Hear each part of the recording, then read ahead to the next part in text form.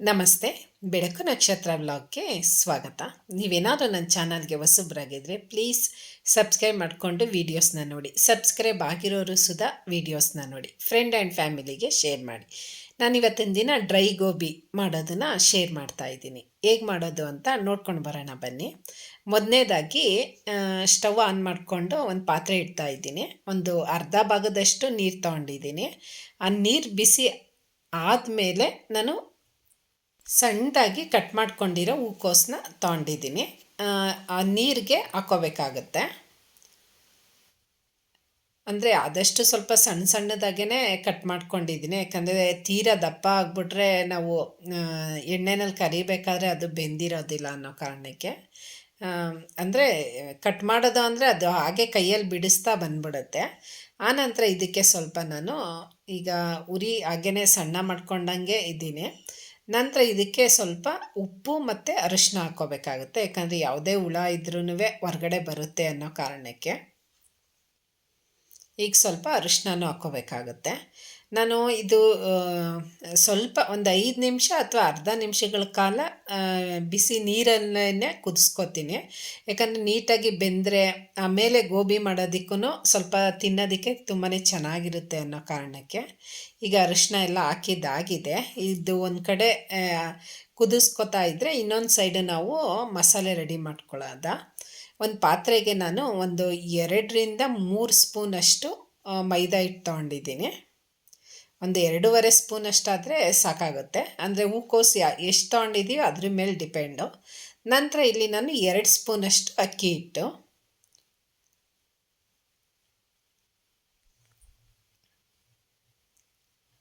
ನಂತರ ಅಚ್ಕಾರದ ಪೌಡರ್. ನಿಮಗೆ ಖಾರಕ್ಕೆ ಎಷ್ಟು ಬೇಕಾಗುತ್ತೆ ಅಷ್ಟು ಹಾಕ್ಕೊಳ್ಳಿ. ನಾನಿಲ್ಲಿ ಒಂದು ಅರ್ಧ ಸ್ಪೂನಷ್ಟು ಹಾಕ್ಕೋತಾ ಇದ್ದೀನಿ.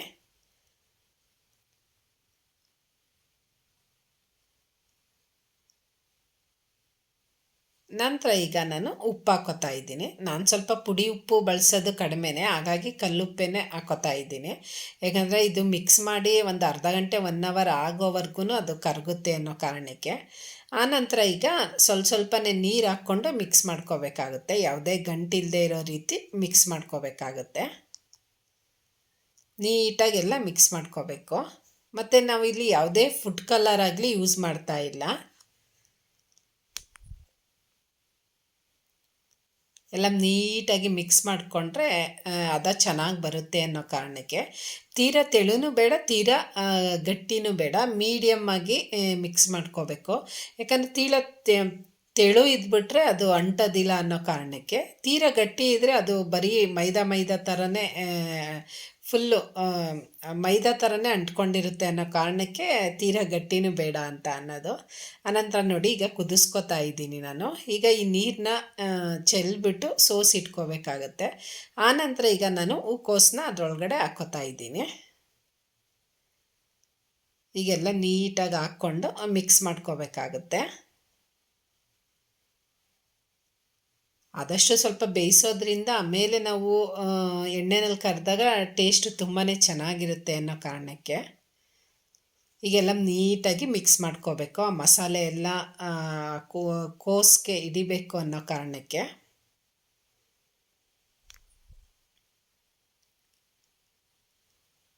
ನೀಟಾಗೆಲ್ಲ ಮಿಕ್ಸ್ ಮಾಡ್ಕೊಂಡಿದ್ದಾಗಿದೆ. ಇದು ಒಂದು ಅರ್ಧ ಗಂಟೆ ಅಥವಾ 1 ಅವರ್ ಬಿಟ್ಟು ಆದಮೇಲೆ ನಾವು ಎಣ್ಣೆನಲ್ಲಿ ಕರಿಯೋದಕ್ಕೆ ರೆಡಿ ಆಗುತ್ತೆ. ಯಾಕಂದರೆ ಉಪ್ಪು ಖಾರ ಎಲ್ಲ ಚೆನ್ನಾಗಿ ಹಿಡ್ದಷ್ಟು ಟೇಸ್ಟು ತುಂಬಾ ಚೆನ್ನಾಗಿರುತ್ತೆ ಅನ್ನೋ ಕಾರಣಕ್ಕೆ. ಈಗ ನಾವು ಒಂದು ಅರ್ಧ ಗಂಟೆ 1 ಅವರ್ಗಳ ಕಾಲ ಬಿಟ್ಬಿಟ್ಟು ಆಮೇಲೆ ಎಣ್ಣೆನಲ್ಲಿ ಕರಿಯೋದ. ಈಗ 1 ಅವರ್ ಆಗಿದೆ ನೋಡಿ. ಎಲ್ಲ ನೀಟಾಗಿ ಮಸಾಲೆ ಎಲ್ಲ ಹಿಡ್ದಿದೆ. ಆನಂತರ ಈಗ ನಾನು ಒಂದು ಬಾಣಲಿ ಇಟ್ಕೊಂಡಿದ್ದೀನಿ. ಆ ಬಾಣಲಿಗೆ ಸ್ವಲ್ಪ ಎಣ್ಣೆ ಹಾಕ್ಕೋತಾ ಇದ್ದೀನಿ. ಫುಲ್ ಹಾಕೋದಿಲ್ಲ, ಯಾಕಂದರೆ ಮಾಡ್ತಾ ಇರೋದೇ ಸ್ವಲ್ಪ ಇರೋದ್ರಿಂದ ಸ್ವಲ್ಪ ಒಂದು 1/4 ಭಾಗದಷ್ಟು ಹಾಕ್ಕೊಂಡ್ರೆ ಸಾಕಾಗುತ್ತೆ. ಆದಷ್ಟು ಸ್ವಲ್ಪ ಮಾಡಬೇಕಾದ್ರೆ ಸ್ವಲ್ಪ ಸಣ್ಣದಾಗೆ ಇರೋ ಬಾಣಲಿಗಳನ್ನ ಇಟ್ಕೊಂಡ್ರೆ ಎಣ್ಣೆನೂ ಕಡಿಮೆ ಹಿಡಿಯುತ್ತೆ ಅನ್ನೋ ಕಾರಣಕ್ಕೆ ನಾನಿಲ್ಲಿ ದೊಡ್ಡದೇನೆ ಇಟ್ಟಿದ್ದೀನಿ. ಯಾಕಂದರೆ ಮಗಳು ಮಾಡ್ತಾ ಇರೋದ್ರಿಂದ ಸ್ವಲ್ಪ ಚೆಲ್ಗಿಲ್ಕೊಬಿಡ್ತಾಳೆ ಅನ್ನೋ ಕಾರಣಕ್ಕೆ ನಾನು ಸ್ವಲ್ಪ ದೊಡ್ಡ ಬಾಣಲಿ ಇಟ್ಕೊಂಡಿದ್ದೀನಿ. ಆನಂತರ ಈಗ ಒಂದೊಂದಾಗೇ ಬಿಡಬೇಕಾಗುತ್ತೆ.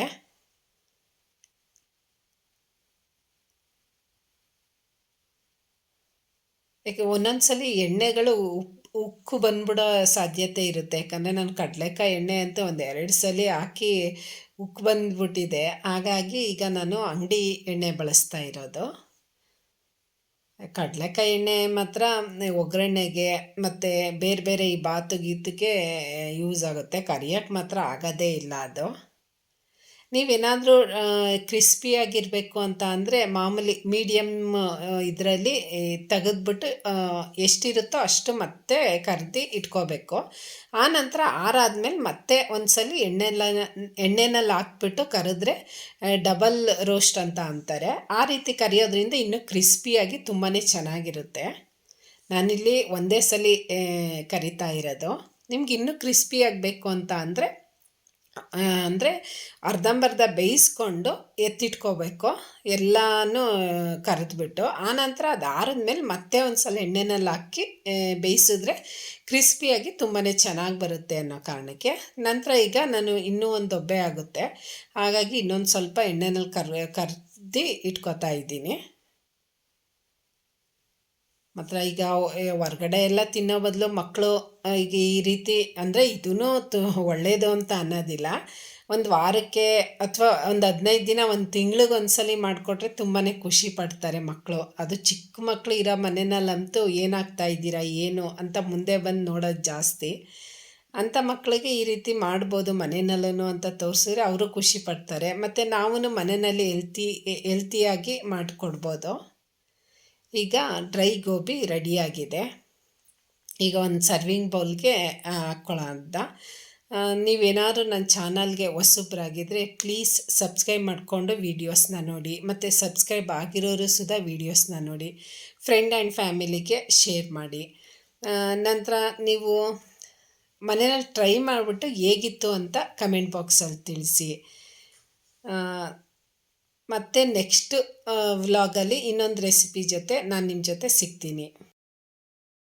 ಈಗ ಟೊಮೊಟೊ ಸಾಸ್ ಜೊತೆ ಮತ್ತು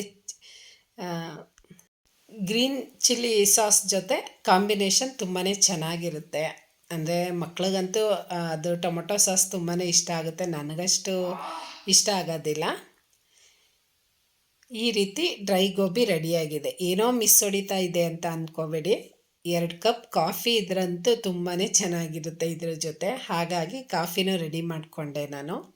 ಈಗ ಸಂಜೆ ಟೈಮು ಡ್ರೈ ಗೋಬಿ ಮತ್ತು ಕಾಫಿ ಕುಡಿತಾ ಇದ್ರಂತೂ ಅದ್ರ ಮಜಾನೇ ಬೇರೆ ಇರುತ್ತೆ.